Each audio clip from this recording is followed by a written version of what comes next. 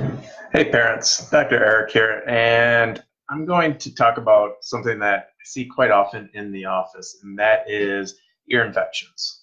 So I have see a lot of parents that come into me and they are frustrated with not getting answers to why their kid keeps on struggling with ear infections. And this is making that parent miss work, making the kid miss school, um, then always having doctor visits, and just seeing their kid not um, really live life because they're always in pain and discomfort. So, what I wanted to talk about was really the reason why kids get ear infections. Ear infections are very common, but they are not a normal process. So, with today, 95% of kids struggle with ear infections. So, you would think that that is a normal process, but it's not. And that's telling us that something is going on deeper if your kid keeps on getting ear infections. So, what I wanted to talk about was what is the main cause of ear infections, and that is a drainage issue. So, it's not that kids' tubes are more horizontal compared to adults, so they can't drain. Gravity doesn't play any part in this. It has to do with a muscle that um, actually drains that tube that leads from the inner ear down to the throat. And that muscle that controls that movement is a muscle that we call the tensor belli palatini muscle. And it gets that nerve supply, that muscle gets its nerve supply from the top part of the spine. So that muscle only functions if it gets a proper nerve supply.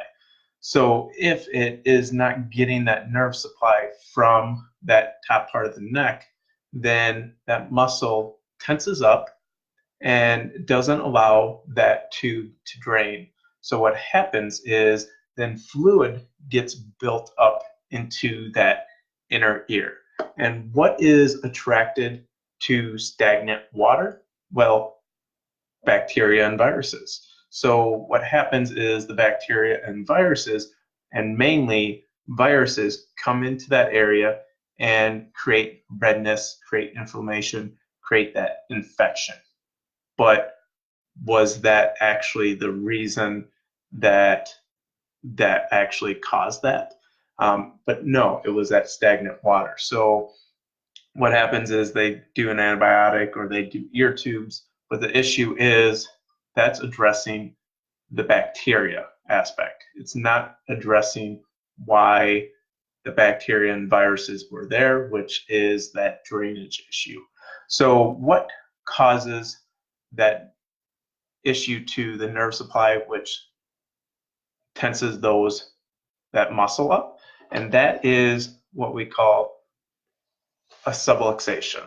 So subluxation is a misalignment in that very top part of the neck. So, and this subluxation can be caused by a variety of different things, any variety of physical, chemical, and emotional stress. But what we see a lot of times is a lot of this stress or misalignment is caused by a subluxation or by birth, are usually resulting from birth. So, and I'll touch up into that a little bit, but every single kid that has come into our office has at least had an upper cervical or neck subluxation. So it's had stress, a misalignment to that top part of the neck. Now, what I talk about birth and causing that. Now, what type of birth trauma could cause this? Well, actually, anything, any type of birth process, be C-section, be vaginal birth, water birth, they use suction, forceps, all of that creates stress. Now, the one that creates the most is what we call C-section.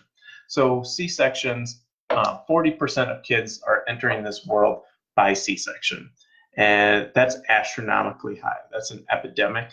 that the medical community needs to address, but that's not the concern right now, which, I mean, the World Health Organization says that number shouldn't be any higher than 5 to 10%. So why is our C-section rate 40%?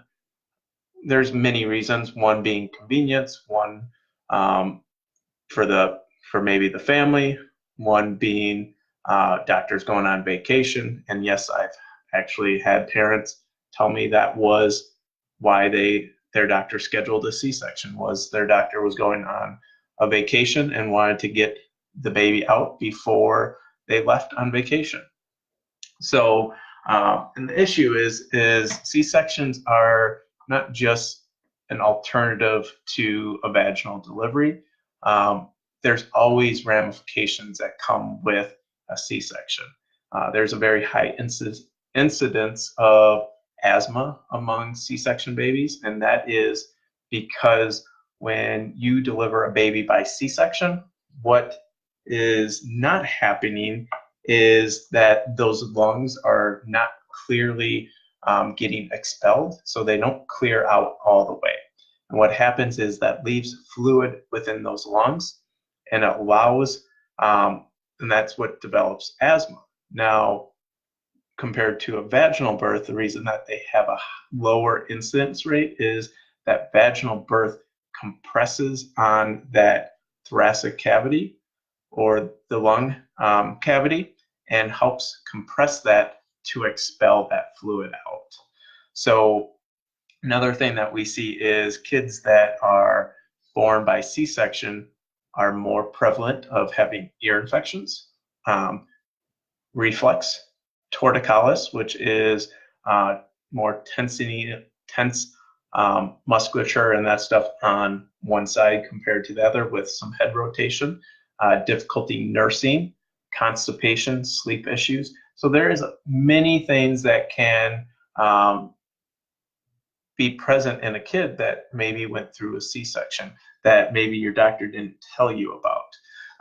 So these are things that are really leading into the cause behind this epidemic of ear infections and why kids get so many, and why antibiotics and ear tubes are not effective at all for ear infections. And that's why chiropractic adjustments help so much, because what we do as a pediatric chiropractor is we look for that